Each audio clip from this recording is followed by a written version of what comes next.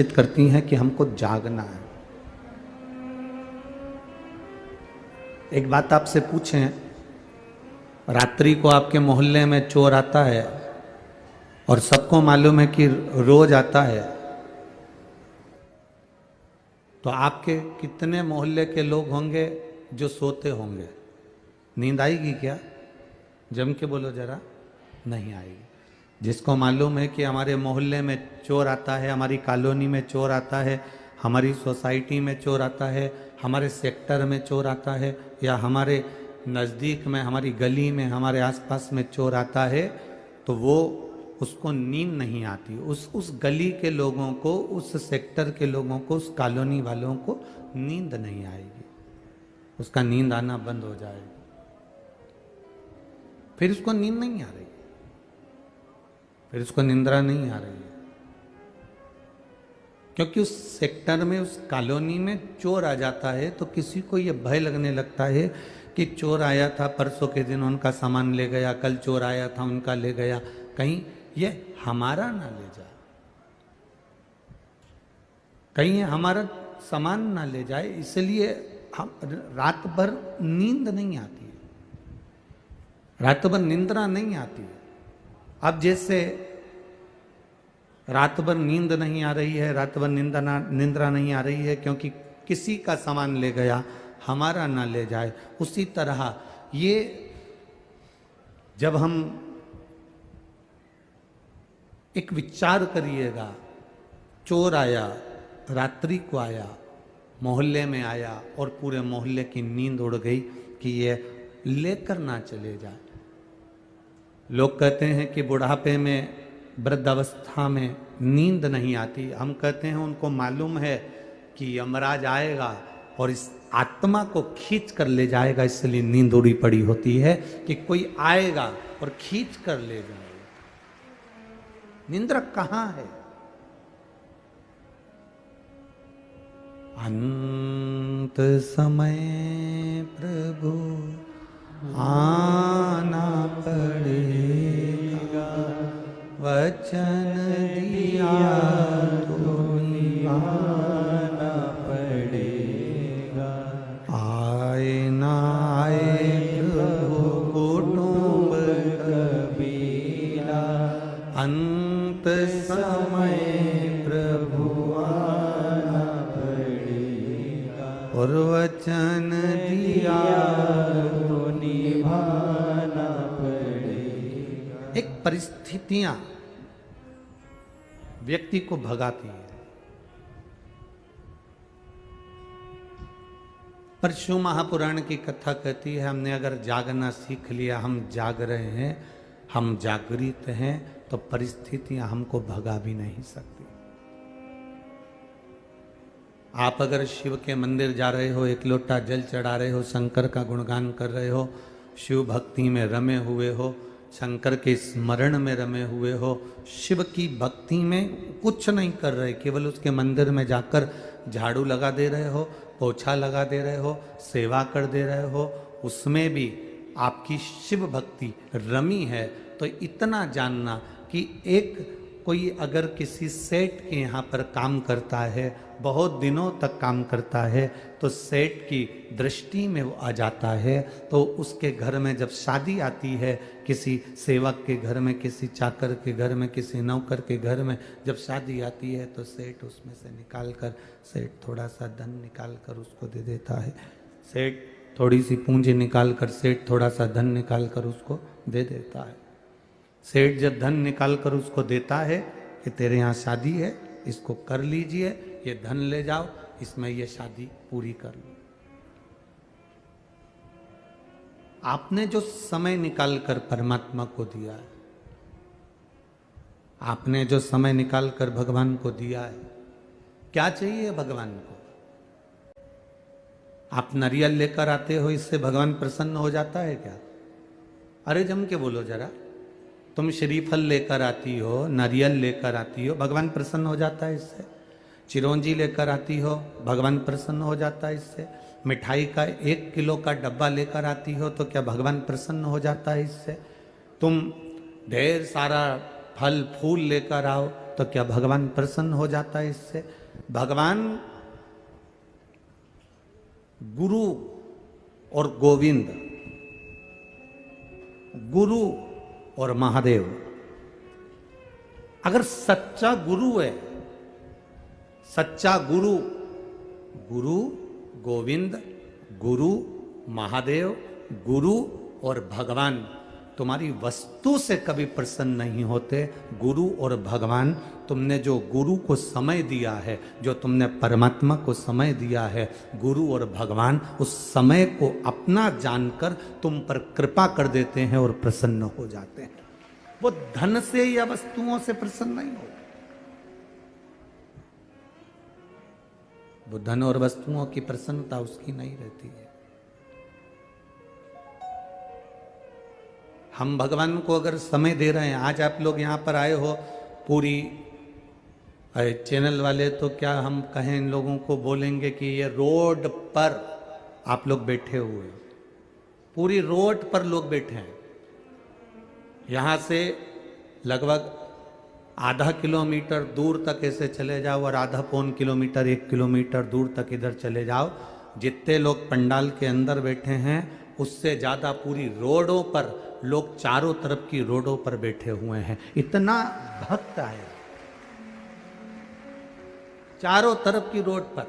Road को छोड़ दो, छोटी छोटी गलियां जिसमें माइक की आवाज भी नहीं जा रही होगी, उस गलियों में भी लोग बैठे हुए हैं। जिस गलियों में गाड़ियां नहीं घुस पाती, उसमें लोग भक्त उसमें बैठकर कथा सुन रहे हैं। क्या दिया है आपने परमात्मा को? क्यों आए हो यहां पर कथा सुनने के लिए? शिव महापुराण की कथा कहती है, तुम्हारे दिए गए श्रीफल से, तुम्हारे दिए गए नारियल से भगवान की प्रसन्नता नहीं है, तुम्हारे दिए गए फल से भगवान की प्रसन्नता नहीं है, तुम्हारे दिए गए लड्डू के डब्बे से भगवान की प्रसन्नता नहीं है। गुरु और भगवान की प्रसन्नता होती है जब उसका भक्त उसको अपना कीमती समय परमात्मा को जब देता है, तो भगवान भी कहते हैं कि तूने मुझे समय दिया तो मैं भी तुझे समय दूंगा। तूने आज मुझे समय दिया है, एक दिन आएगा तो मैं तुझे समय दूंगा। तूने मुझे समय प्रदान करा है, मेरे लिए तू अपना घर छोड़कर यहाँ आकर बैठ गया, मेरे लिए तू अपना द्वार छोड़कर मंदिर आकर बैठ गया, मेरे लिए तू रोज मंदिर आता है, एक लोटा जल चढ़ाता है, मेरे लिए तू बेलपत्र तोड़ कर लेकर आता है, मेरे लिए तू श्री शिवाय नमस्तुभ्यम का जाप करता है, मेरे लिए राम नाम कृष्ण नाम भजता रहता है, जपता रहता है। तो आपने परमात्मा को समय दिया है, और हमें परमात्मा से क्या चाहिए? समय ही तो चाहिए। जब कोई विषम परिस्थिति में फंस गए, एक्सीडेंट हो गया, वेंटिलेटर पर पड़े हो, कोई तकलीफ आ गई, आईसीयू में पड़े हो, तब तुम भगवान से क्या प्रार्थना करोगे? तुम्हारे परिवार वाले क्या बोलेंगे भगवान से? भगवान इनकी उम्र बढ़ा देना, भगवान ऐसी कृपा करना, भगवान इनकी लंबी उम्र कर देना, मेरे सुहाग की उम्र लंबी कर देना, इन बच्चों के पिता की उम्र लंबी कर देना, भगवान कृपा करना, इनको थोड़ा समय और दे दो परमात्मा, इनको समय दे दो परमात्मा, थोड़ी उम्र और बढ़ा दो परमात्मा। हम भगवान से मांगते क्या है? हम मांगते हैं इनकी उम्र बढ़ा दो, इनका समय और बढ़ा दो, इनकी उम्र बढ़ा दो। तो भगवान भी कहता है, तूने मेरी कथा में समय दिया था, इसलिए अंत समय में जब तकलीफ में होगा तो मैं तुझे समय दूंगा। आ गया तेरा समय, समय आ गया तेरा कि तुझे मरना है। उसके बाद भी राजा श्वेत की कथा कहती है, राजा श्वेत प्राण त्यागने का समय आ गया और भगवान का भजन में लगा था, तो भगवान ने कह दिया इसने मुझे समय दिया था, इसलिए इसको थोड़ा समय और दो और जाओ तुम यहाँ से। यमदूत इसको नहीं पकड़ सकते, यमराज इसको छोड़ो यहाँ से, तुम छोड़ कर जाओ। यमदूत कहते हैं इसका अंतिम समय, भगवान कह रहे हैं इसने मुझे समय दिया, मेरी सेवा करी, मेरे को जल चढ़ाने आया, मेरी आराधना करी, मेरे मंदिर में चाकरी करी, पोछा लगाया, झाड़ू लगाया, कहीं ना किसी रूप में ये मेरी सेवा में लगा रहा, इसलिए इसने मुझे समय दिया है तो मैं इसको समय दूंगा। और वो अभी आप अपना समय भगवान को दे रहे हो और भगवान तुमको जो समय देगा, अंत समय प्रभु आना पड़ेगा, वचन दिया तो निभाना पड़ेगा, आए ना आए प्रभु कुटुंब कबीला, अंत समय प्रभु आना पड़ेगा। ये अंत समय में हमें उसकी जरूरत पड़ेगी।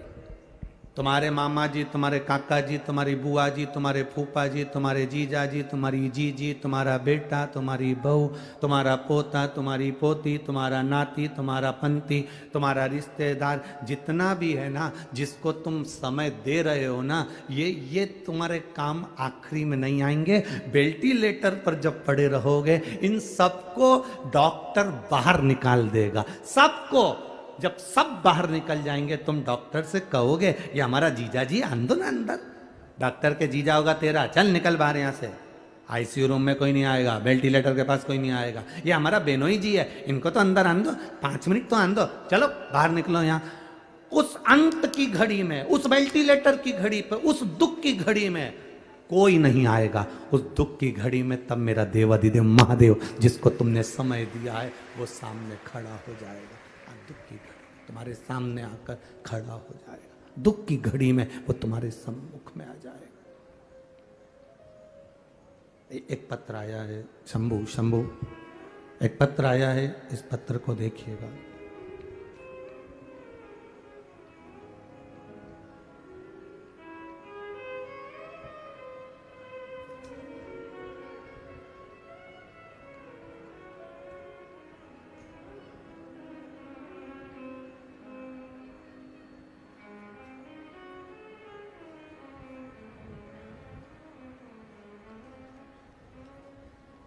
मेरा नाम देवकी रानी ध्रुव है। मेरा नाम देवकी रानी ध्रुव है। मैं गांव किरना की रहने वाली हूँ। मेरी उम्र 32 वर्ष है। कहीं बैठी हो तो हाथ हिला सकती हैं। देवकी रानी ध्रुव, गांव किरना की रहने वाली हूँ। मेरी उम्र 32 वर्ष है। मैं क्या बखान करूँ गुरुदेव बाबा का। कहीं बैठी हो तो हाथ हिला सकती है। दिख गई क्या? हाँ, हाथ हिला दो बहन एक बार। हाँ जी, ठीक है। मैं बखान क्या करूं गुरुदेव। मेरी तबीयत 2022 में अचानक खराब हो गई। मेरे गले में एक छाला हो गया था और मैं खाना नहीं खा पा रही थी। डॉक्टर को दिखाया तो उसने बहुत कुछ बोला। आखिरी में उसने कह दिया डॉक्टर ने कि ये छाला ठीक नहीं होगा, इसका ऑपरेशन कराना पड़ेगा। ऑपरेशन के लिए कहा। अब मन में डॉक्टर ने इतना कह दिया कि ये छाला साधारण नहीं है और इसका ऑपरेशन करना है और ये सहज बीमारी नहीं है, सरल नहीं है कि जल्दी समाप्त हो जाए। अब करा क्या जाए। तब मेरे को किसी ने कहा कि शंकर पे चढ़ा हुआ जल पीना चालू करो, शिव जी के मंदिर जाना चालू करो। अभी तक हॉस्पिटल के चक्कर लगा रही थी, अब मंदिर के चक्कर लगाना प्रारंभ कर दिया। और तब मंदिर के चक्कर लगाना चालू करा। मैंने पशुपति व्रत नहीं करा, मेरे पति ने मेरे लिए पशुपति व्रत करा। गुरुजी, मेरे पति ने मेरे लिए पशुपति व्रत करा। रोज मेरे पति भी मंदिर जाते, मेरे लिए चरणामत लेकर आते, बेलपत्री लाते। मैंने खाना चालू करा। बाबा डॉक्टर ऑपरेशन का बोले थे और उन्होंने जो बीमारी का लक्षण बता दिया था वो सारी रिपोर्ट दूसरी बार में नील आ गई और मेरा छाला समाप्त हो गया। ये अंत समय में आता है। बैठो बहन, श्री शिवाय नमस्तुभ्यं, बैठ जाइए। अंत समय में वही आए। मेरे मामा जी हैं, मेरे चाचा जी हैं, मेरे काका जी हैं, मेरी बुआ जी है, मेरी बहन है, मेरे रिश्तेदार हैं। कौन आने वाला है? तुमने जिसको समय दिया एक पत्र और है, देखिए।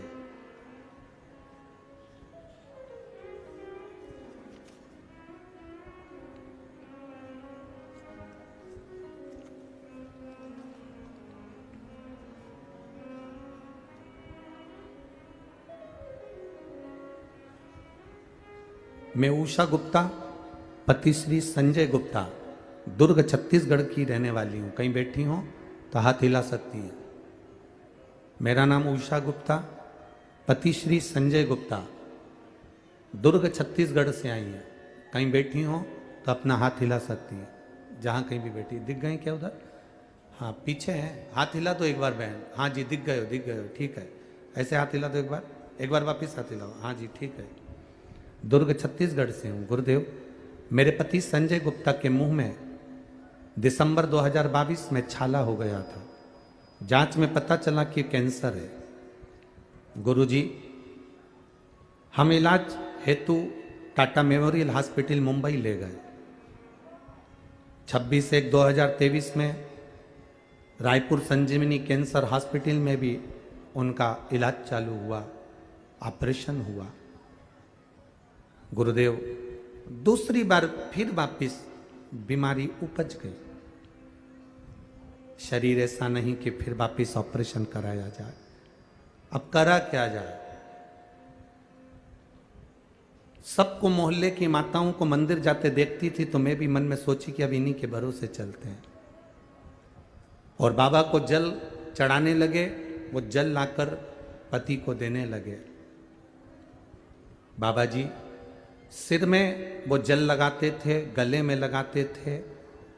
फिर वापिस जो गांठ बता दी गई थी कि वापिस गांठ हो गई है और वो गांठ वापिस वही की वही है, तब जल पी पी कर, बाबा की सेवा कर कर, मंदिर में बाबा का आराधना कर कर दूसरी बार जांच कराने के लिए हम फिर पहुँचे तो सारी रिपोर्ट नॉर्मल आ गई। और बाबा की कृपा से हमने कहा था जब अगर इनकी रिपोर्ट नॉर्मल आ जाएगी तो हम पंडाल में बैठकर कथा सुनेंगे, इसलिए हम यहाँ पहुँचे।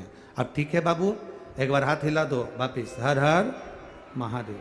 विराजिए। श्री शिवाय नमस्तु। ये रिश्ते हम मना नहीं करेंगे कि आप रिश्ते ना निभाइए, आप निभाओ। बहू को जितना समय देते हो, पोता पोती को जितना समय देते हो, बेटे को जितना समय देते हो, अपनी दुकान को जितना समय देते हो, अपने व्यापार को जितना समय देते हो, अपनी फैक्ट्री को जितना समय देते हो, अपनी नौकरी को जितना समय देते हो, अपने परिवार वालों को जितना समय देते हो, उन सारे समय में से केवल अगर आप 1 मिनट का भी समय अपने पास के मंदिर में 1 लोटा जल चढ़ा कर दे रहे हो तो वो समय जो तुमने परिवार को दिया वो काम भले ना आएगा, पर तुमने जो महादेव को समय दिया वो समय तुम्हारा महादेव ने अपने खाते में जोड़ कर रखा। मेरी जीजू, आप लोग मंदिर जाती हो? यहां जितनी बैठी हैं जाते हो मंदिर? तुम्हारे घर के पास मंदिर है? कितनी देर लगती है मंदिर जाने में? 5-1 मिनट लग जाते होंगे। आप 1-2 मिनट में मंदिर में जल चढ़ा के आ भी जाते होगे। 10 मिनट का समय लगता है। प्रतिदिन का 10 मिनट जोड़ कर रख लो, प्रतिदिन का। कितने महीने जा रही हो? 3 महीने से, कोई 1 साल से, कोई 1.5 साल से, कोई 6 महीने से, कोई 4 महीने से, कोई जब जब उसकी चित्त वृत्ति हो, जब उसका मन।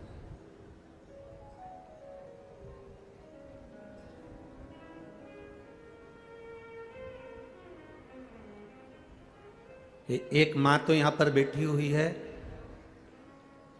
जो 2011 से शिव महापुराण की कथा सुन रही है। हमारी एक मां बैठी है यहां 2011 से। कहां बैठी है? हाथ हिलावा।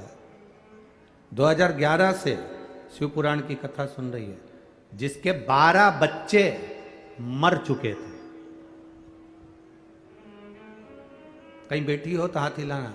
जिसका 13वां बच्चा 2011 से कथा सुन रही है और फिर उसने कथा में से कहीं सुन लिया था कि एक बेलपत्री खाना चालू करूं और हो सकता है मेरा 13वां बच्चा बच जाए, और 12 बच्चे जिसके मर गए, गर्भ में आते थे मर जाते थे, जन्म लेते थे मर जाते थे, तब 13वें बच्चे के लिए उसने पूरे 9 महीने बेलपत्र को हर रोज खाया और बाबा से प्रार्थना करी। तब वो 13वां बच्चा 2011 में उसको जन्म, 13वां बच्चा।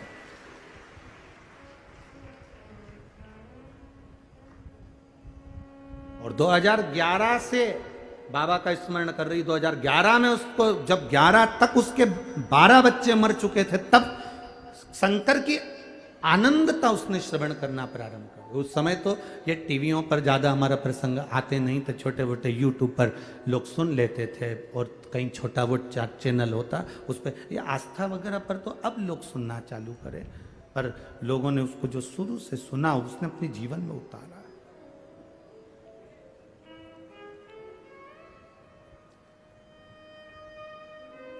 शिव तत्व परिवार को दिया समय, नाते रिश्तों को दिया समय, वो समय जोड़ कर रखना, और जो भोलेनाथ जी को दिया समय।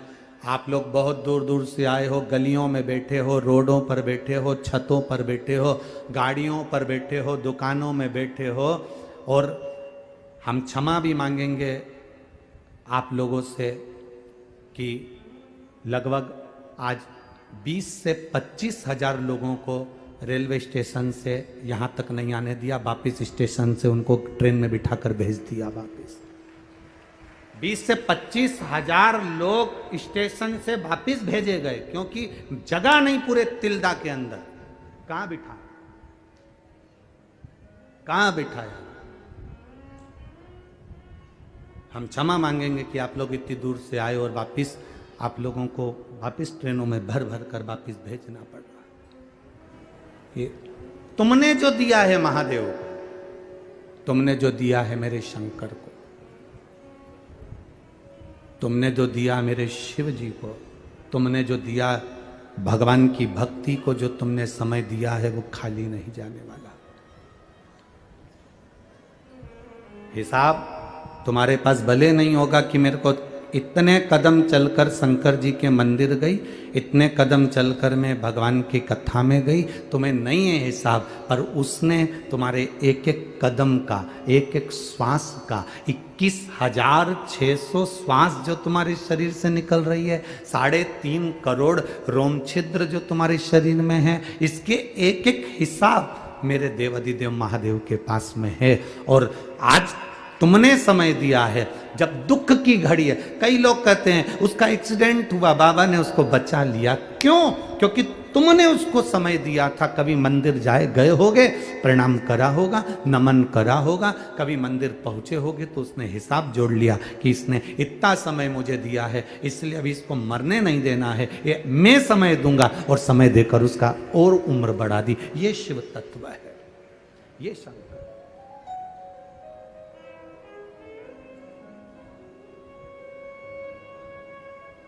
छल से समय की गणना ना करी जाए।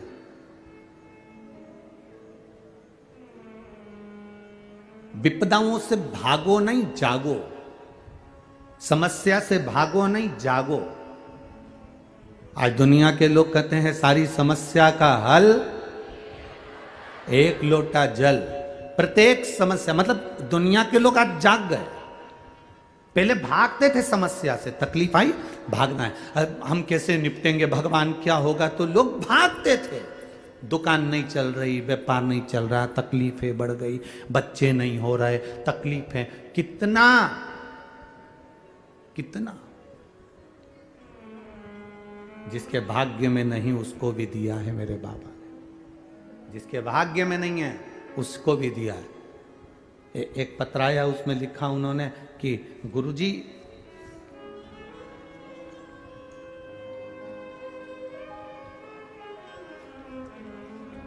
मैं अर्चना वर्मा, पति श्री मनीष कुमार वर्मा, ग्राम कुर्रा पोस्ट बंगोली, जिला रायपुर, छत्तीसगढ़ का निवासी हूँ। कहीं बैठे हो तो हाथ हिला सकते हैं, कहीं बैठे हो तो हाथ हिला सकते हैं। मैं अर्चना वर्मा, पति श्री मनीष कुमार वर्मा, ग्राम कुर्रा पोस्ट बंगोली, जिला रायपुर, छत्तीसगढ़ का निवासी हूँ। गुरुदेव, मेरे परिवार के तरफ से श्री शिवाय नमस्तुभ्यम। आपकी आस्था चैनल पर कथा सुनते हैं। अगस्त 2021 में सुनना प्रारंभ करी है गुरुदेव। मेरी शादी 30 अप्रैल 2011 को हुई थी। भोलेनाथ की कृपा से एवं आपके आशीर्वाद से गुरुदेव, मैं क्या वर्णन करूं। 2011 में शादी हुई, उसके बाद में बच्चे नहीं हुए गुरुदेव। बाबा की कृपा से हम क्या वर्णन करें। लोग ताने देते थे, अपशब्द कहते थे। अगर वो आए हों तो हाथ हिला सकते हैं। दिख गए क्या? सामने खड़े हैं, हाथ हिला दो एक बार। बच्चा आए हैं साथ में, लाए हुए हैं। अच्छा, भीड़ बहुत है, कैसे लेकर आओगे बाबू? चलो प्रयास करो, अगर बीच में से लेकर आ सकते हो बच्चे को तो। हाँ, बच्चे को अगर बीच में से लेकर आ सकते हो तो लिया। गुरुजी, 2011 में शादी हुई पर बच्चे नहीं हुए। ऐसा कोई डॉक्टर नहीं जिसको दिखाया नहीं, ऐसी कोई जगह नहीं जहाँ से गोदी भराई नहीं, ऐसा कोई देवता धामी नहीं जहाँ हम लोग गए नहीं, पर निराशा ही हाथ लगी। किसी ने कहा टीवी पर कथा आती है, आसन लगाकर बैठ जाओ टीवी के सामने और वहीं प्रार्थना करो। बस प्रार्थना करी, सफ़ेद आंकड़े की जड़ का प्रयोग करा, शिव मंदिर में झाड़ू पोछा करना प्रारंभ करा। बाबा की कृपा से 16 मार्च 2023 को हमारे घर में बच्चे ने जन्म लिया है। हम बाबा को यहाँ प्रणाम करने के लिए लेकर आए हैं। यह शिव तत्व है, यह औघड़ी है। उसकी कृपा, उसकी उदारता, उसकी दया साधारण नहीं होती। अब करो उसका भजन। खाली न जाता कोई दर से तुम्हारे, खाली न जाता कोई दर से तुम्हारे। मैं भी खड़ा हूँ बाहें पसारे, अपने हृदय से लगा लो, लगा लो। गिरा जा रहा हूँ, उठा लो, उठा लो। भोले अपने दर से अब तू न टालो, गिरा जा रहा हूँ, उठा लो, उठा लो। आपका हमें समस्या से, हमें तकलीफों से, हमें विषम परिस्थितियों से हमें भागना नहीं है।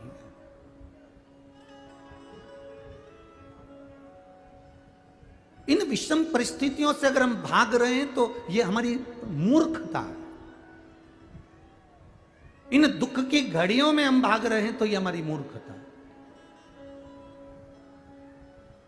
हमें विषम परिस्थिति से भागना नहीं, हमें विषम परिस्थिति से जागना है। जागेंगे तो सारी समस्या का हल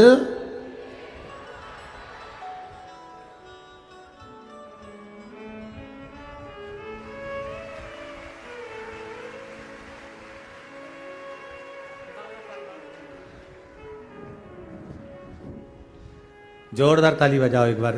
11 वर्ष के बाद बाबा ने 2011 में विवाह हुआ तो 2023 में दिया है। ये शिव कृपा।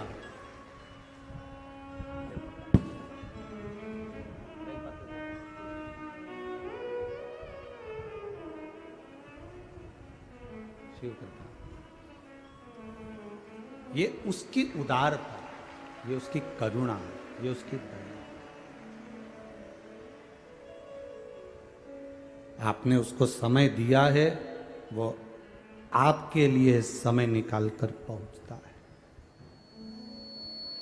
हम भागे ना परिस्थितियों से, तकलीफों से, कष्ट से, बीमारी से। हमें भागना नहीं, हमें जागना है। हम जागें, हमारी जागरूकता मूल हो। और जब हम जागेंगे तो ये निश्चित है कि हमारा हाथ हमारे देव अधिदेव महादेव जरूर पकड़ेंगे और हमें पार उतार देंगे। हमारा जागना जरूरी है।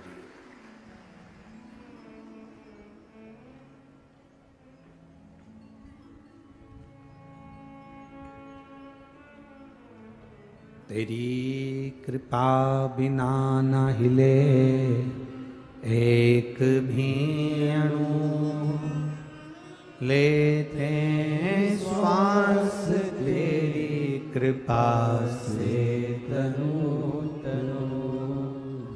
बखान क्या करूं मैं राखों के ढेर का, चपटी भभूत में खजाना कुबेर का। हे गंगधार मुक्ति द्वार ओमकार तू, भोले ओमकार तू। आयो शरण तिहारी शंभु तारका। ये उसकी उदारता से हमें जागरूक होना है। परिस्थितियों से लड़ने के लिए हमें जागरूक होना है।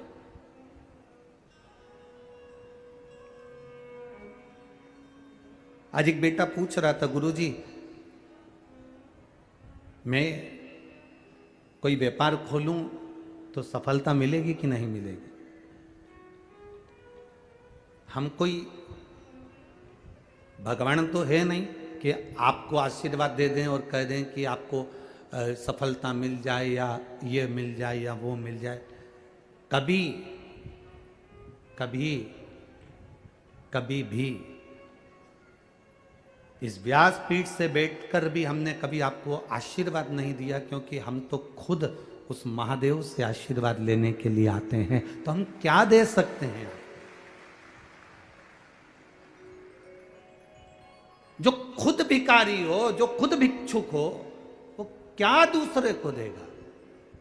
हां, हमने उस बेटे से इतना जरूर कहा है कि अगर तुम व्यापार खोल रहे हो, व्यवसाय खोल रहे हो, कंपनी खोल रहे हो, तो शुरुआत में थोड़ा कष्ट जीवन में रह सकता है, पर तुम्हारी मेहनत अगर तुमने दिल से कर ली तो मेरा महादेव पकड़ कर पार कर देगा। ये निश्चित था।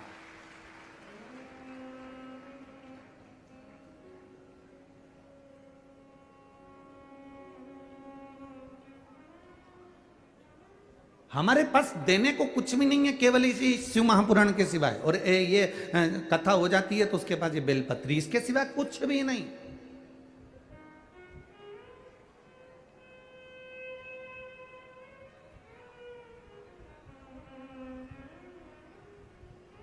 और आपके पास में भी शंकर भगवान को देने के लिए कुछ हो ना हो, बस इतना याद रखना कि आप महादेव को क्या दिए हो।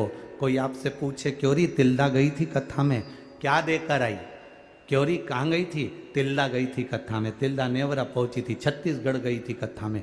क्या देकर आई? तो तुम बिल्कुल छाती ठोक कर कहना, मैंने अपने 5 घंटे भगवान भोलेनाथ को दिए हैं, समय दिया है। और समय ही तो चाहिए।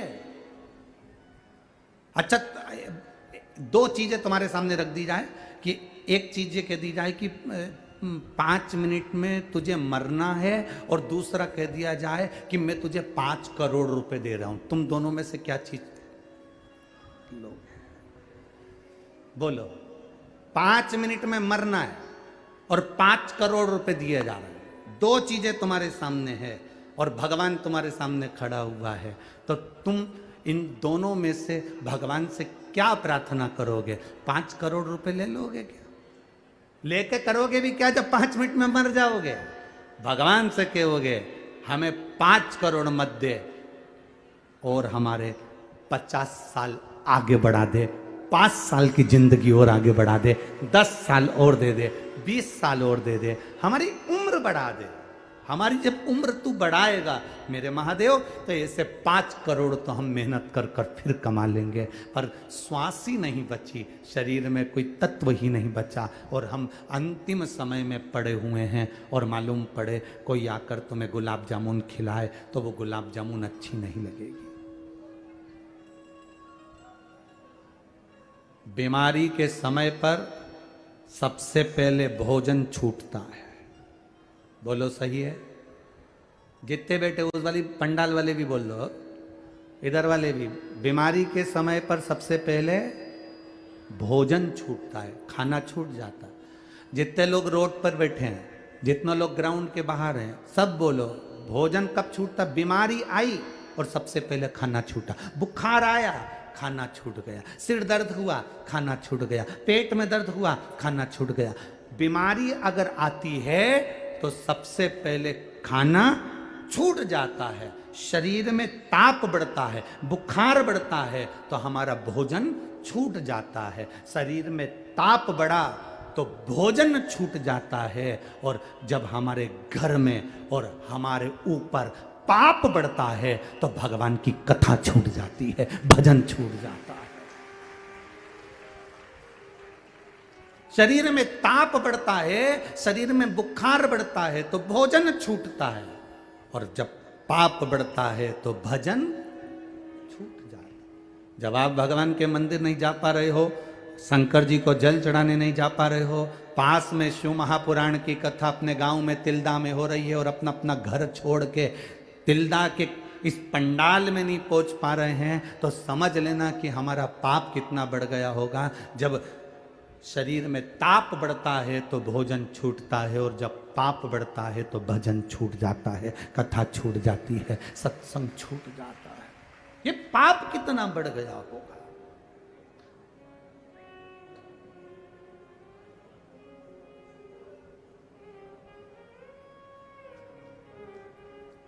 एक नंबर चलता है, एक्सीडेंट होता है तो एक नंबर चलता है एम्बुलेंस को बुलाने के लिए। बोलो कौन सा नंबर है? जम के बोलो जरा। 108। जब 108 नंबर को मोबाइल पर डायल करते हो तो एम्बुलेंस आ जाती है। और जब इस जिभ्या से 108 बार उसको डायल करते हो तो वो भी तो आ जाता होगा, वो भी तो आता होगा।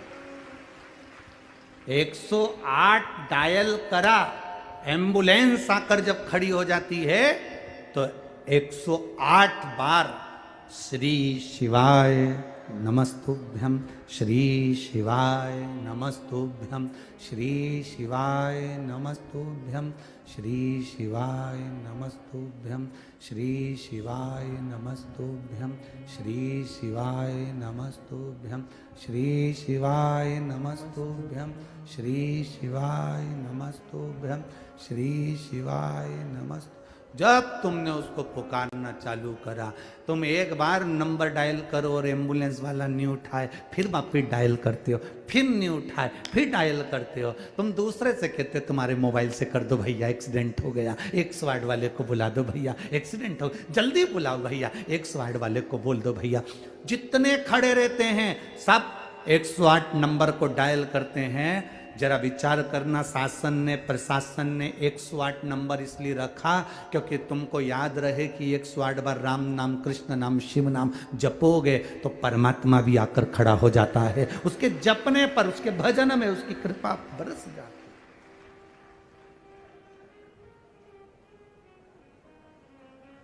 ले गए हॉस्पिटल में, पटक दिया, डॉक्टर आए, सिस्टर आई, इलाज चालू हो गया।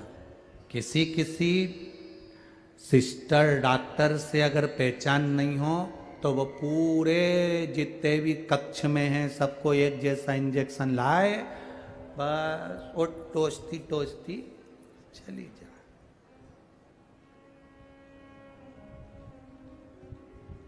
कोरोना का इंजेक्शन किस किसने लगवाया? वैक्सीन किस किसने लगवाई? सबने लगवाई। आप लोग जब इंजेक्शन लगवाने जाते थे तो वहां जाकर देखते थे कि इंजेक्शन वाली अपनी पहचान वाली है कि नहीं। वैक्सीन जो लगाएगी वो पहचान वाली है कि नहीं। क्यों? वैक्सीन वाली अगर पहचान वाली होगी तो जीजी थोड़ा धीरे हो, ए जीजी थोड़ा धीरे हो। इतने में वो सिस्टर, वो नर्स, वो डॉक्टर नहीं करे, तुम मेरे को पहचानती नहीं क्या? मैं तो तुम्हारी पहचान वाली। चिंता मत करो, मालूम ही नहीं पड़ेगा कब सुई लग गई। बिल्कुल, लो उधर मुंह करो। और जो उन्हें मुंह उधर करा उसने बिल्कुल छोटी सी बारीक सी सुई निकाल के उसको सुई लगा दी। उसने पूछा मालूम पड़ा? नहीं, बिल्कुल चीटी सा मालूम पड़ा, मालूम ही नहीं पड़ा। और बाकी के जितने निकल के जा रहे थे सब चक्कर खा रहे थे। बाप रे बाप, भयंकर, इतनी बेकार, ऐसी सुई लगाई, चक्कर आ गए। और ये बैठी और उसने सुई लगाया, चक्कर भी नहीं आया, चीटी काटी बस ऐसे मालूम पड़ा। क्यों? क्योंकि इसकी वो डॉक्टरनी से, सिस्टर से, नर्स से पहचान थी, इसलिए बारीक वाली सुई लगाई, एकदम बारीक। उसी तरह दुख तो आएगा, इंजेक्शन तो लगेगा, तकलीफ का इंजेक्शन लगेगा, बस तुम्हारी उस डॉक्टर से पहचान होना चाहिए तो हल्के हाथ से निकाल देगा। उस डॉक्टर से पहचान होना चाहिए तुम्हारी, तो दुख तो आएगा, तकलीफ तो आएगी, कष्ट तो आएगा, पर वो जब तुम भगवान के ऊपर एक लोटा जल चढ़ाना प्रारंभ कर देते हो, भगवान की भक्ति करना प्रारंभ कर देते हो, नाम जाप करना प्रारंभ कर देते हो, शिव महापुराण की कथा मोबाइल पर, टीवी पर, पंडाल में श्रवण करना प्रारंभ कर देते हो, तो दुख तो आता है, ऐसा नहीं कि दुख नहीं आता, पर हल्के हाथ से इंजेक्शन लगकर निकल जाता है। दुख आता है और जल्दी से निकल कर बाहर हो जाता है। तकलीफ किसको होती, चक्कर किसको आया, कष्ट किसको हुआ, कि सब पहचान नहीं थी। तो वहां वो डॉक्टर नहीं बैठी थी ना, बड़ी तेज, उन्हें तो बस सुई निकाली और यूं हाथ करो और टोचे और जाओ, चलो निकलो, बाहर निकलो। और हमारी जिससे पहचान थी उसने धीरे से, बैठो साहब, आराम से, जीजी कैसी हो, बस आजकल बच्चे दिख नहीं रहे, तुम्हारे बच्चे हमारे यहाँ खेलने नहीं आ रहा है। पहचान निकल गई, पहचान निकली तो उन्हें जरा सा दबाया और निकल गया। दुख की घड़ी आती है, ऐसा नहीं कि दुख नहीं आता।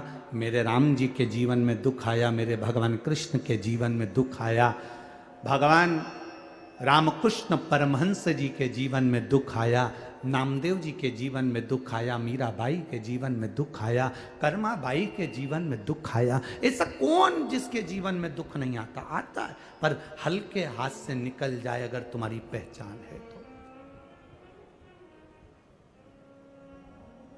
जिसको 11 साल तक बच्चे नहीं हुए होंगे वो कितनी दूर दूर गया होगा, कहां कहां धोख लगाया होगा, कहां कहां प्रणाम करा होगा।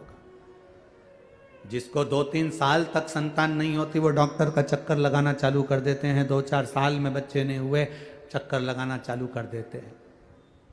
कभी विचार करना, ये जितने पत्र नीचे पड़े हैं इसमें कम से कम 70% पत्र ऐसे होंगे जिसमें भगवान ने किसी को 10 साल में, किसी को 15 साल में, किसी को 4 साल में, किसी को 8 साल में भगवान ने संतान दी। जितने पत्र पढ़े इसके नीचे से निकालना और पढ़ना, 70% पत्र होंगे संतान दी बाबा ने,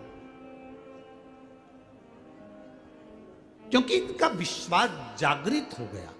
अब ये भागे नहीं, अब इनके पास में, अभी तक डॉक्टर ने कह दिया था नहीं होगा, परिवार वालों ने ताना देना चालू कर दिया था, अब उस समय भाग रहे थे, अब क्या करें, अब ये जाग गए, अब ये भागे नहीं, अब जागे हैं। और जाग कर क्या करा इनने? कुछ नहीं करा, अब सबके दरवाजे घूम कर देख लिए, सबके यहाँ चले गए, सबके यहाँ से गोदी भी भरवा ली, सबको धोग भी लगा ली, सबको प्रणाम भी कर लिया, तो वो भी संतान नहीं हुई। तो अब इनने कह दिया अब कहीं नहीं जाना, अब जाएंगे तो केवल महादेव के मंदिर जाएंगे और उससे कहेंगे, वो सुनेगा और भर देगा। और दिया उससे, दिया।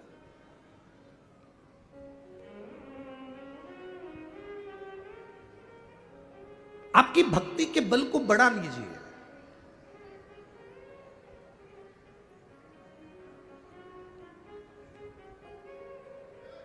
दो माताएं बात कर रही थी, अंदर पंडाल में जगह नहीं है, कहाँ बैठेंगे? दूसरी बोली रोड पर बैठ जाते हैं। जिस रोड पर जनता चलती है उस रोड पर लोग यहां से लेकर वहां तक, वहां से लेकर वहां तक बैठे। उसने कहा लोग क्या कहेंगे? हंसेंगे। लोग क्या कहेंगे? हंसेंगे। कितनी सुंदर बात शिव महापुराण की कथा कहती है।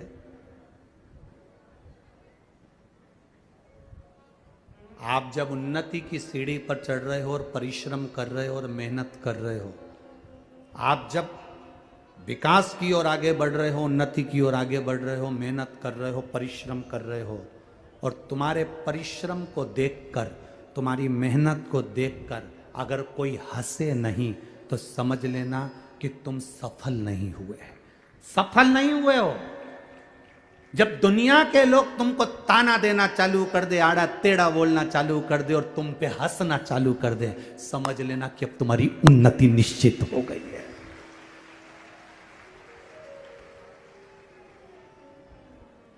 बोल बम का नारा है, अब तुम्हारी उन्नति निश्चित हो गई है। अब तुम उन्नति की, अभी तक लोग, जब तुम मेहनत कर रहे थे तो तुम पर लोग हंस नहीं रहे थे, ताना नहीं दे रहे थे, गालियां नहीं दे रहे थे, अपशब्द नहीं कर रहे। अब दुनिया, जब कोई ना तुम पर हंसे, कोई तुम पर उंगली भी ना उठाए, कोई तुम पर अपशब्द भी ना कहे, कोई तुम पर ताने भी ना दे, तब समझ लेना कि तुमने कोई तरक्की नहीं करी। अब जब तुमको लोग गालियां देने लगे, ताने देने लगे, अपशब्द कहने लगे, तब समझना कि मेरे भोलेनाथ ने हाथ पकड़ लिया, अब मतलब मैं उन्नति की ओर बढ़ना चालू हो गया हूं। इसलिए मेरी बुराई होने लगी, मुझे लोग अपशब्द कहने लगे, मुझे लोग ताने देने लगे, मेरी अब उन्नति की ओर में बढ़ना प्रारंभ कर दिया हूं। हमें क्या लगता है कि हमें लोग गाली दे रहे हैं, हमें लोग अपशब्द कर रहे हैं, हमें लोग ताने दे रहे हैं, मतलब मैंने कुछ गलती, ना ना ना, आपको दे दिया ना गाली, लोगों ने अपशब्द कह दिया ना, ताने दे दिया ना, समझ लो कि आगे बढ़ गए। जिस बहू को सास के अपशब्द ज्यादा मिलते हैं वो बहू जिंदगी में कभी हार नहीं मानती, उन्नति की ओर बढ़ती चली जाती। ताने मिलेंगे ना आपको, अपशब्द मिलेंगे ना आपको, आप क्यों हारते हो? आपकी सास ने कुछ कह दिया, आपकी हिम्मत हार गई। आपको सास ने कह दिया कि तू तो बेकार है और तेरी जिंदगी भी बेकार निकलेगी, तो तुम ये हिम्मत मत हारना, तुम्हारी सास तुमको पक्का कर रही है, पक्का। चलो जीजियों, आप में से कितनी लोग हैं जो पापड़ बनाती हैं? कभी पापड़ बनाया है? पापड़ चने का, मूंग का बनाया? सबने हाथ ऊंचा करो, किस किसने बनाया है? जरा बनाया है? धर लो धर लो धर लो, बहुत बढ़िया। हमने भी बहुत बनाया हो, ठीक है। हमने बनाया। पापड़ बनाने वाली माताएं जानती है कि जो वो पापड़ का जो आटा होता है ना, उसको चने की दाल का जो आटा होता है, उड़द की दाल का, मूंग की दाल का जो आटा होता है, उसको अच्छा मसने के बाद उसको कूटना पड़ता है। जितना कूटेंगे ना तो वो जो लोई होती है ना, बेलते समय फटती नहीं है। बोलो सही है कि गलत है? अच्छे से बोलो जरा, दमदारी से। पापड़ के आटे को उसनने के बाद अच्छे से कूटो, कूटोगे तो जो लोई है ना, जिसको तुम धागे से काटती हो, जिसको तुम पाँव के अंदर धागा ऐसे बांध लेती हो और बाद में लोई काट काट के डालती है, तो तुम अंदाजा लगाना कि वो जो लोई है ना, वो लोई तुम अगर अच्छे से वो कुट गया, अच्छे से वो लोई, अच्छे से वो पिंडा पिट गया, कुट गया, तो फिर तुमने जब पापड़ बेलना प्रारंभ करा तो वो पापड़ बीच में से फटे ही नहीं। और जिस आटे को अच्छे से नहीं कूटा जाता, उसमें कितना ही तेल लगा के तुम बेल लो, वो फट जाए, फट गया, वो फटे बीच में से, बार बार फटे, बार। बस जब लोगों के अपशब्द मिल रहे हों, लोग हंस रहे हों, ताने दे रहे हों, आड़ा टेढ़ा कह रहे हों, समझ लेना मेरा भगवान तुमको पापड़ की लोई को कूट रहा है। जब कूटेगा, बिलेगा, ऐसा जोरदार बिलेगा कि कभी नहीं फटेगा, फिर वो आनंद में पड़ जाएगा। फिर पापड़ का नियम दूसरा, पापड़ का दूसरा नियम बताया कि पापड़ बनने के बाद सूखने डालो, पर किसी की छाया नहीं पड़ जाए। समझ गई हो क्या है? बोलना तो नहीं पड़ेगा। अगर छाया पड़ जाती है तो पापड़ लाल पड़ जाता है, फिर वो उसमें स्वाद भी नहीं आए। तलो, सेको, खाओ तो स्वाद, छाया नहीं पड़ जाए। इसलिए ध्यान रखना कि जब तुम उन्नति की सीढ़ी पर चढ़ जाओ, आगे बढ़ जाओ, उठने पिटने के बाद तुम अच्छी उन्नति करने पर आ जाओ, तो ध्यान रखना रे, अहंकार की छाया नहीं पड़ जाए। छाया पड़ गई तो गए, अहंकार की छाया पड़ी कि बर्बाद, नष्ट हो गए।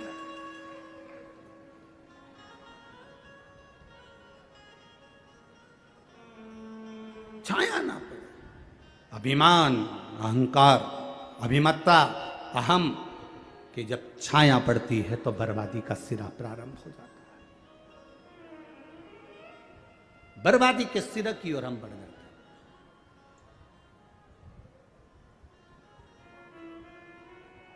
महाराज,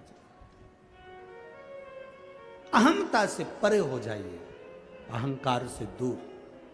षडानंद कार्तिकेय जी, जाओ तारकासुर का संहार करो। मां पार्वती जी ने कहा, तुम्हारा जन्म हुआ है कार्तिकेय तारकासुर को मारने के लिए। तारकासुर को मैं मार दूंगा, तारकासुर को मैं समाप्त कर दूंगा। तारकासुर को मार कर आए, उसके 3 पुत्र थे, तारकाक्ष, विदुम्माली, कमलाक्ष की। ये तीनों शंकर भगवान की आराधना ना कर कर सीधे भगवान ब्रह्मा जी की आराधना करी। ब्रह्मदेव, वर दीजिए हम 3 पुरी का निर्माण करें, उसमें हम रहें, हमारे प्राण कभी ना छूटें, हम मरे ना। तब ब्रह्मा जी ने कहा, ऐसा नहीं हो सकता कि तुम मरोगे नहीं, मरना तो पड़ेगा, प्राण तो छूटेंगे, जाना तो पड़ेगा। तुम जितने बैठकर कथा सुन रहे हो और जितने यहां पर बैठे हो, जितने आस्था चैनल पर सुन रहे हैं, जितने फेसबुक यूट्यूब पर सुन रहे हैं, कोई तुमसे कह दे कि तुम्हारी जिंदगी में दुख नहीं आएगा, तुम कभी मरोगे नहीं, तुम मेरे पास बैठो, मैं तुम्हें मरने नहीं दूंगा, या तुम्हारी जिंदगी में दुख नहीं आने दूंगा, तो फालतू की बात है। जो लिखा ललाट पर वो तो भोगना है। जो ललाट पर लिखा है, पूर्व में जो तुम कर कर आए हो, उसको तो भोगना है। कौन भोगेगा?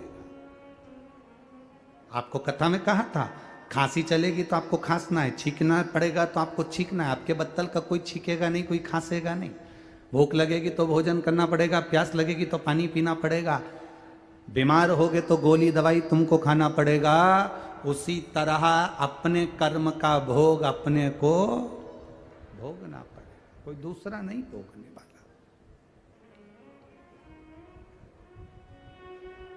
तारकासुर के 3 पुत्रों ने वर मांगा। ब्रह्मा जी ने कहा, तुम मरोगे तो शरीर, अब तुम मांग लो कि कैसे मरना है।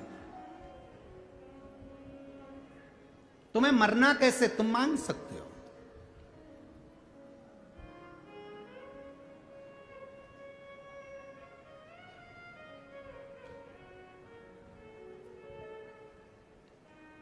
ब्रह्मा जी ने कहा, तारकाक्ष, विदुम्माली, कमलाक्षकी ने कहा, वर दे दो, हम तीनों मरे तो एक जगह पर एक साथ मरे। तथास्तु। तीनों ने विचार कर लिया, कभी जिंदगी में एक दूसरे से मत मिलना, कभी अपन तीनों एक जगह पर इकट्ठे ही नहीं होंगे, मिलेंगे ही नहीं। मिलेंगे नहीं तो मरेंगे नहीं। आना ही मत ही तू मेरे यहाँ। तीनों ने अलग अलग जगह पर अपनी अपनी नगरी बसा ली, रहने लगे, उपद्रव मचाया। जब व्यक्ति को मालूम पड़ जाता है कि मेरी मृत्यु होएगी नहीं, तो वो उपद्रव मचाना प्रारंभ कर देता है। वर्तमान की जो जिंदगी होती है, वर्तमान का जो समय होता है, उसमें वो खुश होकर नहीं जी पाता। उसको लगता है कि मैं और कर लूं और उसमें मुझे खुशी मिल जाएगी। बचपन है तो बचपन, बच्चों को लगता है हमारे जो बड़े भैया हैं वो कितने अच्छे से रह रहे हैं। बड़े भैया, मम्मी तुम बड़े भैया को घड़ी दिला देती हो, मम्मी तुम बड़े भैया को मोबाइल दे देती हो, मेरे को तो देती नहीं हो। छोटा सा बच्चा अपनी माँ से कहता है बड़े को सब देती हो, मुझे नहीं देती। जब लड़ाई होती है बच्चे की वो इसी चीज़ के लिए होती है। तुम बड़े भैया को अच्छी बॉटल दे दी, कंपास दे दिया, बैग दे दिया, बड़े भैया को तुमने ये दिलाया, बड़े भैया को अच्छे कपड़े दिलाए, बड़े भैया को घड़ी दिलाई, मेरे को नहीं दिलाया। छोटा बच्चा जिद करता है। छोटे को लगता है बड़ा सुखी है, बड़े को लगता है बूढ़े सुखी हैं। बड़े सोचते हैं हम तो कमा कमा के मर गए, ये बूढ़े सबसे अच्छे हैं, इनको पेंशन का पैसा मिल रहा है, आराम से पड़े हैं, खा रहे हैं, रोटी मिल रही, सब्जी मिल रही, भजिया मिल रहा, पकौड़ा मिल रहा, आराम से पड़े।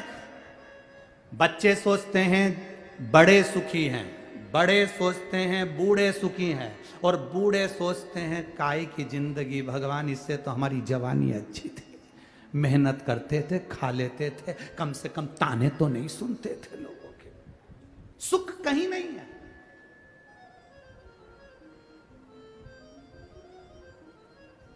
जो वर्तमान में जी रहे हो वो सुख है तुम्हारा। 3 मित्र, अब वो तीनों मित्र ने एक दिन विचार करा, चलो रे चलो अपन जरा बाजार चलते हैं और जंगल में चल के भोजन बनाते। तीनों ने मिलके खीर पूड़ी बनाई। अब खीर पूड़ी बनाई तो वो खीर पूड़ी बनाकर तीनों ने खाई, पेट भर के चकाचक खाई खीर पूड़ी। इतनी पेट भर के खाने के बाद उसमें से 1 कटोरा खीर बच गई। कितनी खीर बची? जम के बोलो जरा। 1 कटोरा खीर बच गई। अब 1 कटोरा खीर बच गई तो तीनों ने विचार करा कि अब इस खीर को कौन खाएगा, अभी तो किसी को भूख लग नहीं रही है। तो तीनों ने विचार करा एक काम करो, इस खीर को अपन एक काम करो कि यहां रख दो। अब खीर को अपन यहां पर रख देते हैं, ढाककर सो के उठेंगे, जिसको सबसे अच्छा सपना आएगा खीर वही खाए। सो जाओ। खीर रखी, सो गए। 2 सो गए, एक को नींद नहीं आ रही थी क्योंकि वो खीर दिख रही थी, नींद नहीं आ रही। करवट बदले पर वो खीर दिख रही, उसको नींद नहीं आ रही। खीर। 2 अच्छे से सो रहे थे, एक जाग रहा था, नींद आई। तीनों फिर बाद में सवेरे उठे। तीनों ने कहा खीर खाना है।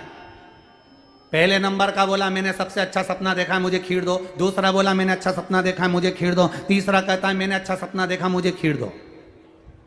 तीनों झगड़ा कर रहे हैं। इतने में कहा भाई सपना देखा क्या है, पहले निर्णय लेंगे, पहले बताओ तो सही तुमने सपना क्या देखा। पहला व्यक्ति बोला मैंने सपना देखा, मेरे सपने में राम जी आए और मेरा हाथ पकड़कर मुझे अयोध्या ले गए, दर्शन कराया अयोध्या का, माता सीता ने भोजन बनाया, मैंने पाया इतना अच्छा सपना और कहां से लेकर आओ।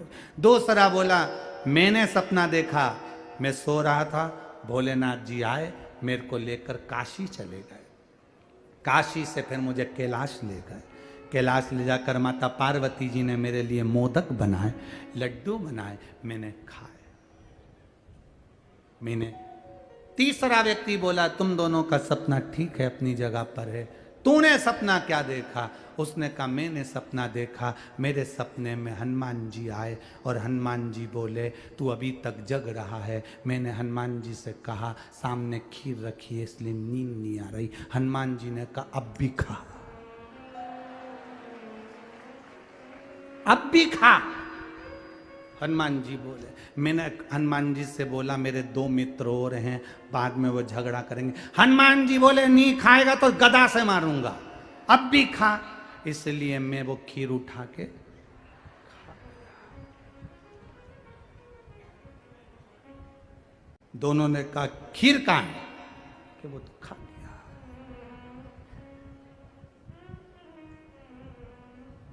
तो तुझे हनुमान जी से बोलना चाहिए था ना, मेरे 2 दोस्तों और हैं। मैंने बोला था हनुमान जी वो 2 दोस्तों और हैं। तो हनुमान जी बोले एक तो अयोध्या गया है, एक कैलाश गया है, एक ने मोदक खा लिया, एक ने सीता जी के हाथ का भोजन कर लिया, तू खीर खा,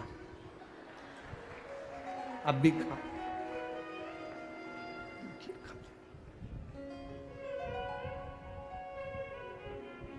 अब इन 3 में सुखी कौन है? जिसने वर्तमान में अच्छे से खीर और दो सपने देखने में लगे थे, जवानी में और कमाऊंगा, फ्रिज खरीद लूंगा, 4 व्हीलर गाड़ी खरीद लूंगा। अब एक सोच रहा है और उन्नति करेंगे, और उन्नति करेंगे, अच्छे दिन आएंगे और अच्छे दिन आएंगे। अरे इससे अच्छे दिन क्या आएंगे? 2 रोटी प्रेम से खा रहे हो, अपनी जिंदगी चकाचक जी रहे हो और आराम से भगवान शंकर की भक्ति कर रहे हो, इससे अच्छे दिन क्या रहेंगे जीवन के? वर्तमान के दिन को अच्छा समझो, बहुत विचार कर मत। और अभी जवानी आएगी तो हम लोग ये कर लेंगे, अधेड़ी आएगी तो ये कर लेंगे। जीवन में क्या ठिकाना? जितनी अलमारी में, अपने अलमारी में जितनी साड़ी रखी है सब पहनो, रोज नई नई पहनो, क्योंकि कौन सा दिन आखिरी हो किसको मालूम। बाद में वो साड़ियां दूसरे पहनेंगे, अपन तो पहन लो, अपन पहन। क्या करेंगे उस साड़ी का? दिवाली आती है, पूरी अलमारी साफ हो जाती है, साफ होकर उसमें अखबार बिछ जाता है, अखबार बिछा के साड़ियों को वापिस जमा देते हो। कई कई साड़ी तो तुम्हारे हाथ में आती है तो तुम्हें याद आती, मैंने तो ये पहनी ही नहीं, ये मैंने पहनी ही नहीं। इतनी साड़ियां तुम्हारे पास में एक से बढ़कर एक रखी है। कुछ कुछ के तो अब भी तुमने उसमें पीको और फाल करवाई है, कुछ कुछ साड़ियों की तो अब भी हाल तुमने चोली सिलवाई, सब रखी है। और मालूम पड़े वो साड़ी तुमने रखी थी और कह रही थी मैं बस देवर के लड़के की शादी में पहनूंगी।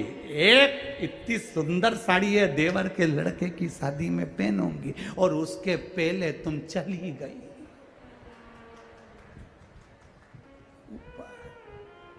ऊपर जाती जाती यमराज के सामने रो रही। यमराज पूछ रहा क्यों रो रही? वो नीले कलर की नी पहने।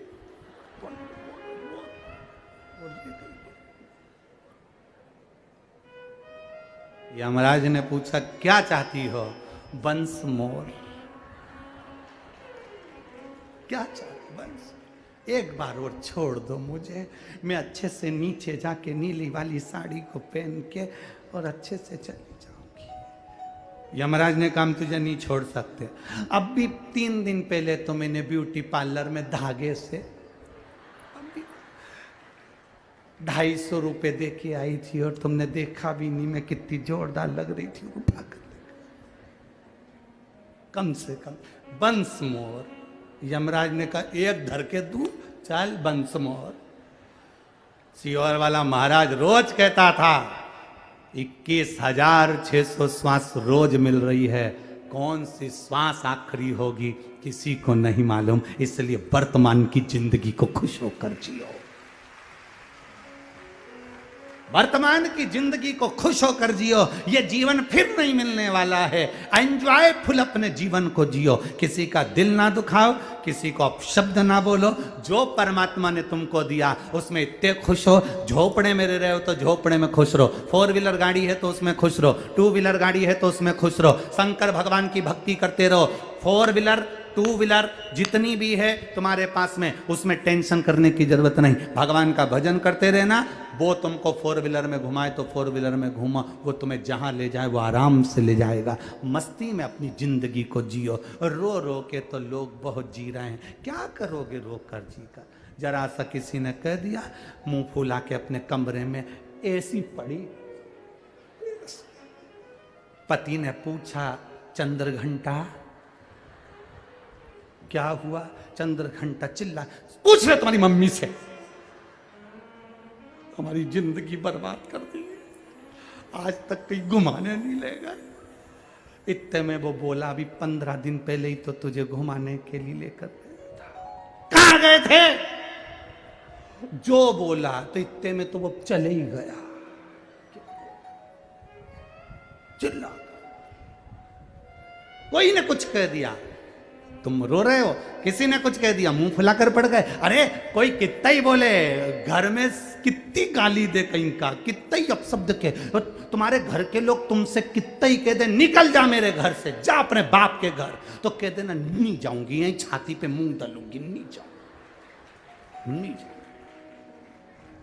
और जितना जितना तुमसे बोले तुम उतना मूंग की दाल गलाओ और उसका मंगोड़ा बनाओ और खाओ, नहीं जाऊंगी जा।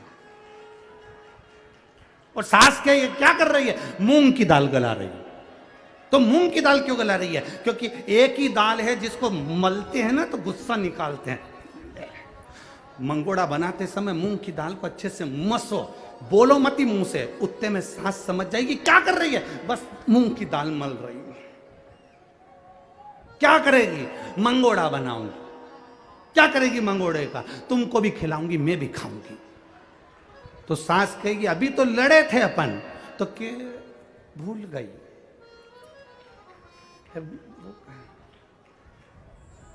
क्या हो गई थी मैं? गजनी हो गई मैं, मेरे की स्मरण ही नहीं है, मेरे याद ही नहीं है क्या हुआ था। जो वर्तमान की जिंदगी है उसको खुश होकर जीना प्रारंभ कर दो। वर्तमान की जिंदगी में भगवान शिव की आराधना करते हुए जिस कर्म को कर रहे हो उसे मेहनत कर कर आगे बढ़ना प्रारंभ कर दो। जिंदगी का यही एक रास्ता है, यही एक रास्ता है। क्या रोए हम?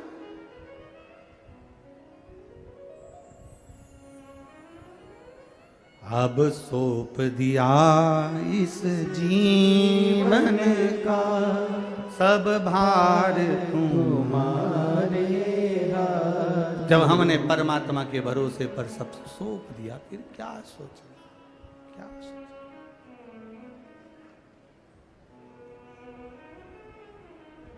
मुझे तेरा ही सहारा है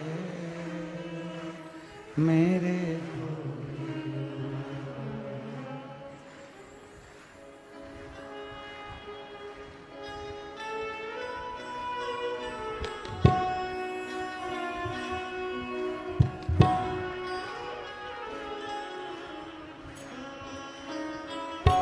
आओ से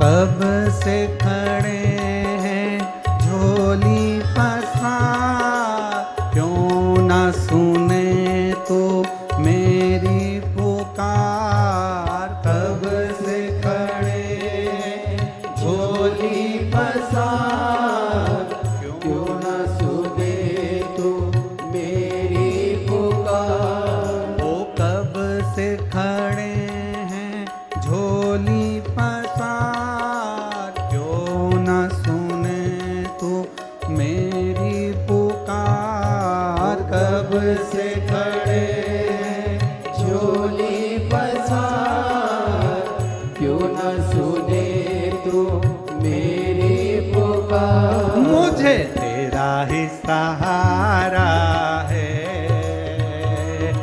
मेरे भोले बाबा। मुझे तेरा ही सहारा है मेरे भोले बाबा। मैंने तुम्हें ही पुकारा है मेरे भोले बाबा।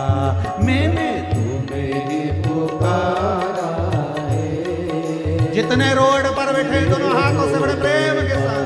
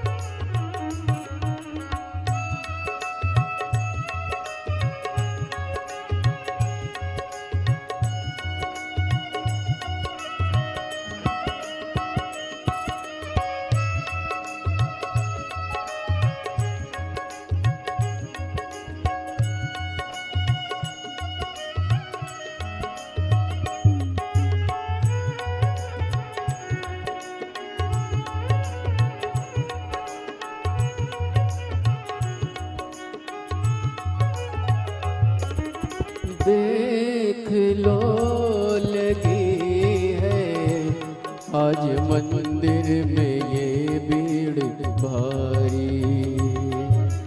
देख लो लगी है आज मंदिर में ये भीड़ भारी। दर्शनों की खातिर आए हैं लाखों नर और नारी। दर्शनों के खातिर आए हैं लाखों नर और नारी। आजा है भोले बाबा, आजा है भोले बाबा, तीनों ने पुकारा है मेरे भोले बाबा। तीनों ने पुकारा है मेरे भोले बाबा। कब से खड़े हैं झोली पसार, क्यों न सुने तू मेरी पुकार। कब से खड़े हैं झोली पसार, क्यों न सुने तू मेरी पुकार। तेरा ही सहारा है मेरे भोले बाबा, तेरा ही सहारा है मेरे भोले बाबा।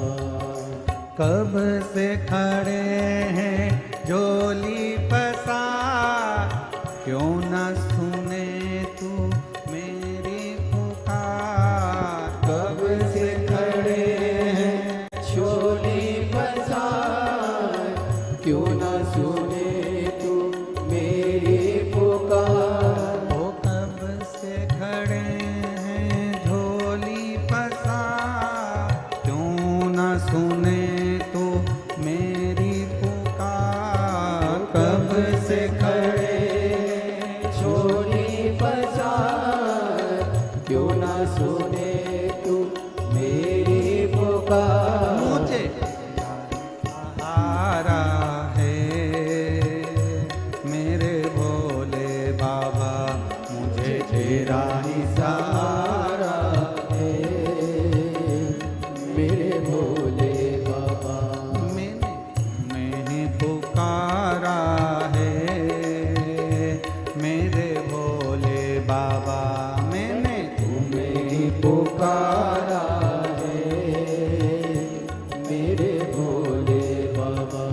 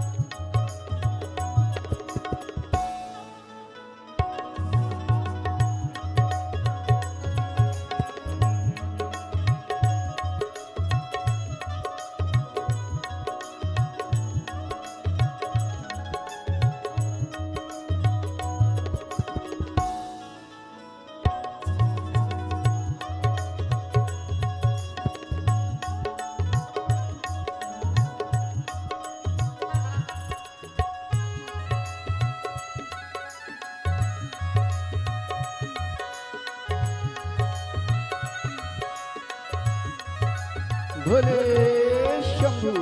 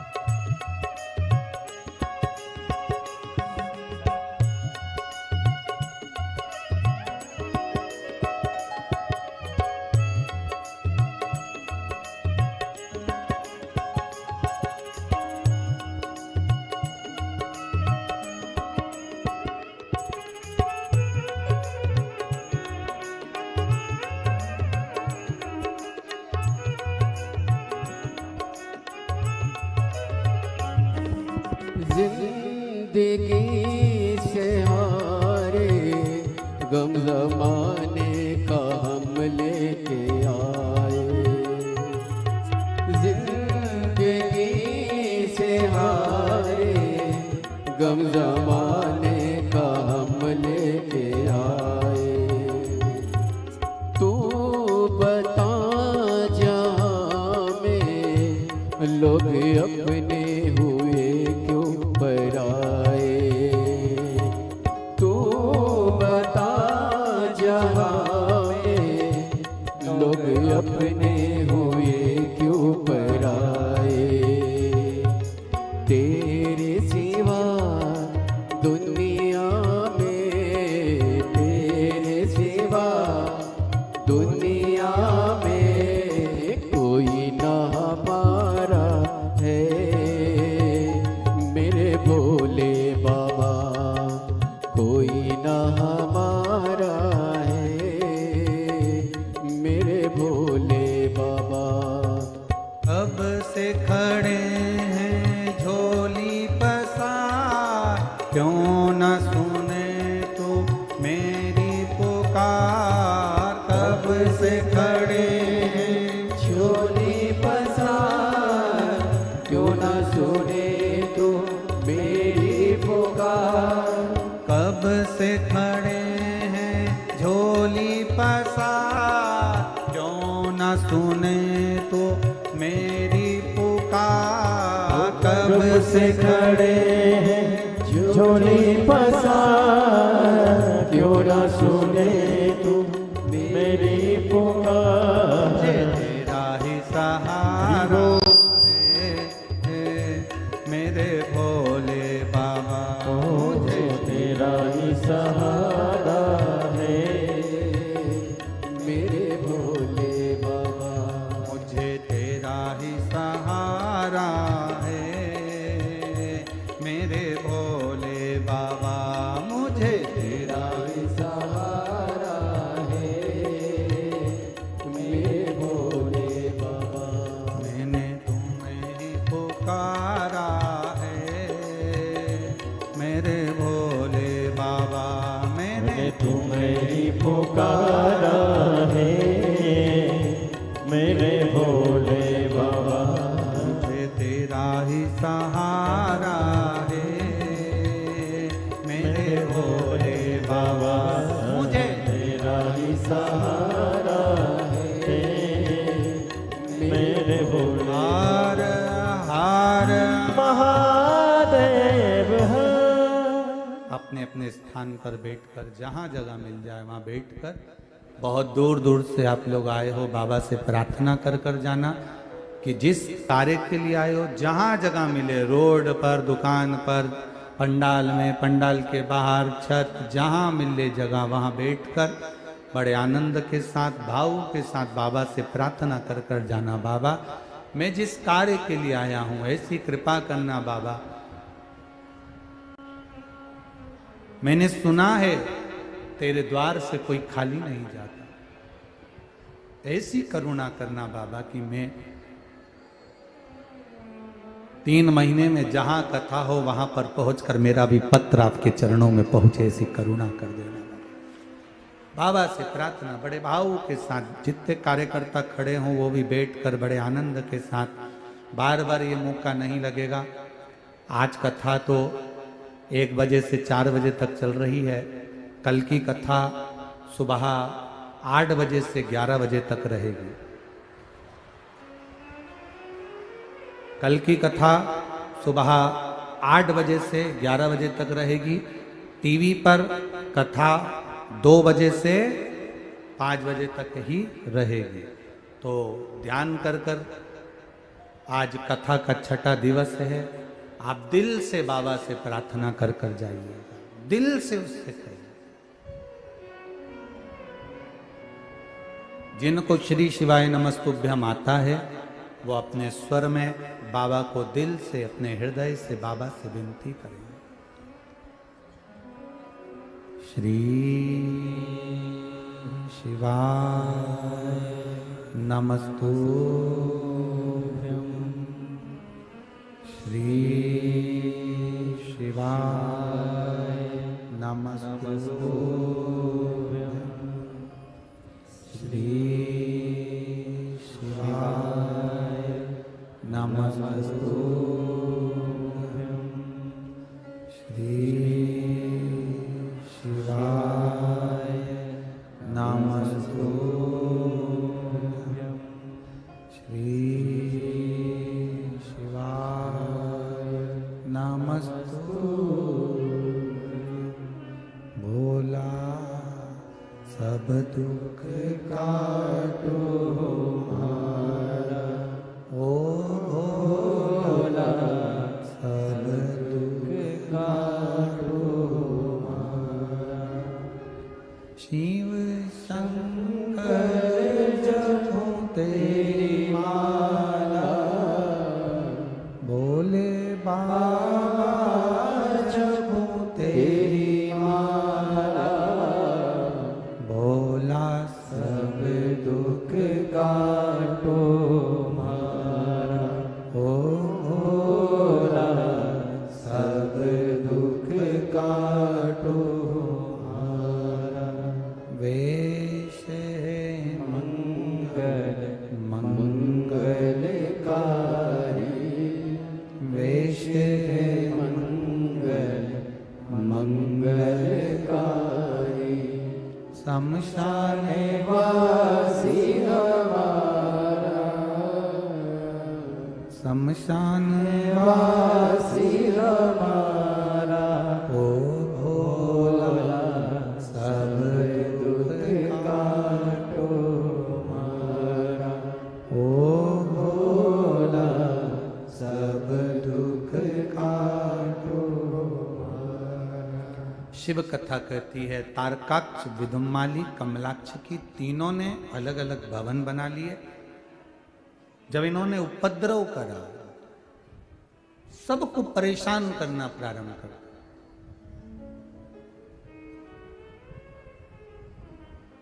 परसों की कथा में कहा था कि पाप कमाना नहीं पड़ता, पुण्य को कमाना पड़ता। पाप अपने आप हो जाता है, पाप को कमाना नहीं पड़ेगा, वो अपने आप होगा। पुण्य को कमाना पड़ेगा, करना पड़ेगा, तो पुण्य का भाग थोड़ा मिलेगा। पुण्य कमाइए, पाप को कमाना नहीं पड़ता। तारकाक्ष, विदुम्माली, कमलाक्ष की ये तीनों ने जो उपद्रव मचाया, देवताओं को परेशान किया, सब देवता एकत्रित होकर भगवान नारायण के पास में गए, प्रभु कृपा करिए। भगवान नारायण ने कहा ब्रह्मा जी के पास जाओ। ब्रह्मा जी ने वर दिया है, वही बताएंगे कि ये मरेंगे कैसे। ब्रह्मा जी ने कहा मुझे नहीं मालूम कि मरेंगे कैसे, मैंने तो वर दे दिया। भगवान शिव के पास गए। भगवान शंकर देवाधिदेव महादेव से कहा बाबा इन तीनों को मारें कैसे। बहुत समस्याओं में जब घिर जाओ तब बाबा की शरण जरूर जाओ।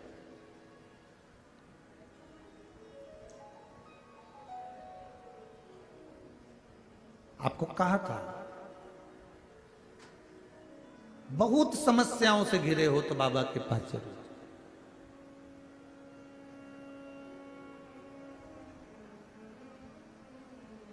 आपको लग रहा है कि मेरा व्यापार नहीं चल रहा, आपको लग रहा है कि मेरा काम नहीं चल रहा, मैं बहुत समस्याओं में घिरा हूं।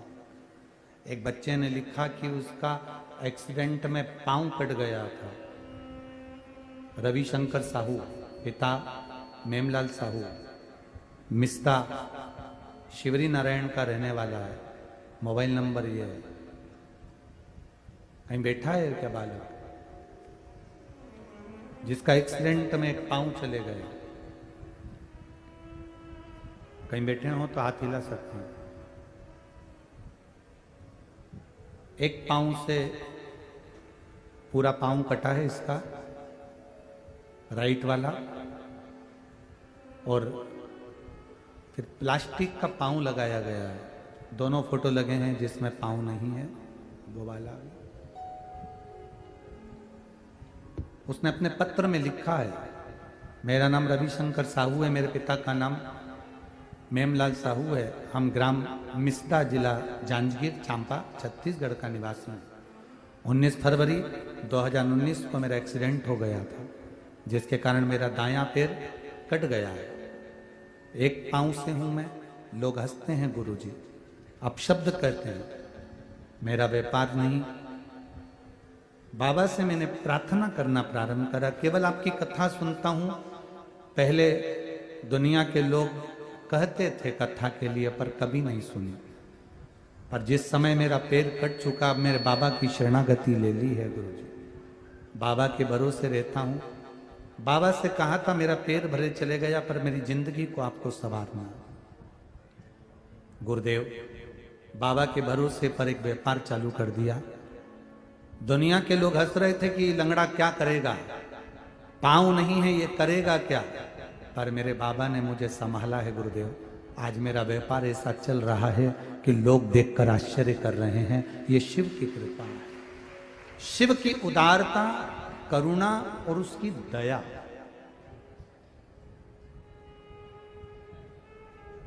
हंसे लोग हंसे तो आप आपकी मेहनत में कमी मत आने दो, आप आपके परिश्रम में कमी मत आने दो।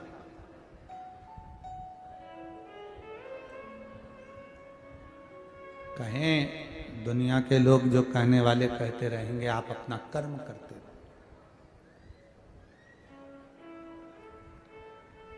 तारकाक्ष, विदुमाली, कमलाक्ष की इन तीनों ने उपद्रव मचाया। तीनों के उपद्रव मचाने पर भगवान देव अधिदेव महादेव से प्रार्थना करिए, शिव जी कुछ कृपा करिए, इनके प्राण हरना।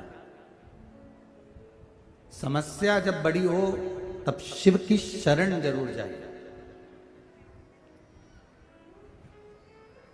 एक निवेदन करना चाहूंगा, सब्जी का ठेला लगा रहे हो, पान का ठेला लगा रहे हो, पानी पतासे का ठेला लगा रहे हो, चाहे दुख की कितनी भी जिंदगी चल रही है, कितना भी जीवन में दुख चल रहा है, आप 2 या 3 नियम अपनी जिंदगी में ले लीजिए। एक, पशुपति व्रत एक बार अवश्य करो। पशुपति व्रत करने वाली माताओं से, भाइयों से निवेदन है, बच्चों से निवेदन है कि एक व्रत आपका जब 5 व्रत पूरे हो जाएं तो कम से कम 2 या 3 महीना रुका करो, जिससे बाबा आपकी झोली खुशियों से भर दें। उसके बाद अगला व्रत करा करो। कई लोगों की आदत होती है, एक व्रत पूरा नहीं होता दूसरा चालू कर देते, दूसरा पूरा नहीं होता फिर चालू कर देते। थोड़ा रुक के 5 व्रत जब आपके पूर्ण हो जावे, उसके बाद में फिर आप थोड़ा रुको, 2 महीना 3 महीना बाबा पर विश्वास रखकर मंदिर जाओ, प्रणाम करो, पूजन करो, अर्चना करो, देगा। 3 नियम अपनी जिंदगी में धारण कर लें। अगर ठेला लगा रहे हैं, रोड पर अगर आपके पास में कोई व्यापार नहीं, कोई दुकान नहीं, कोई सर्विस नहीं, कोई नौकरी नहीं, 3 नियम जिंदगी में बनाओ। पहला, एक बार जिंदगी में पशुपति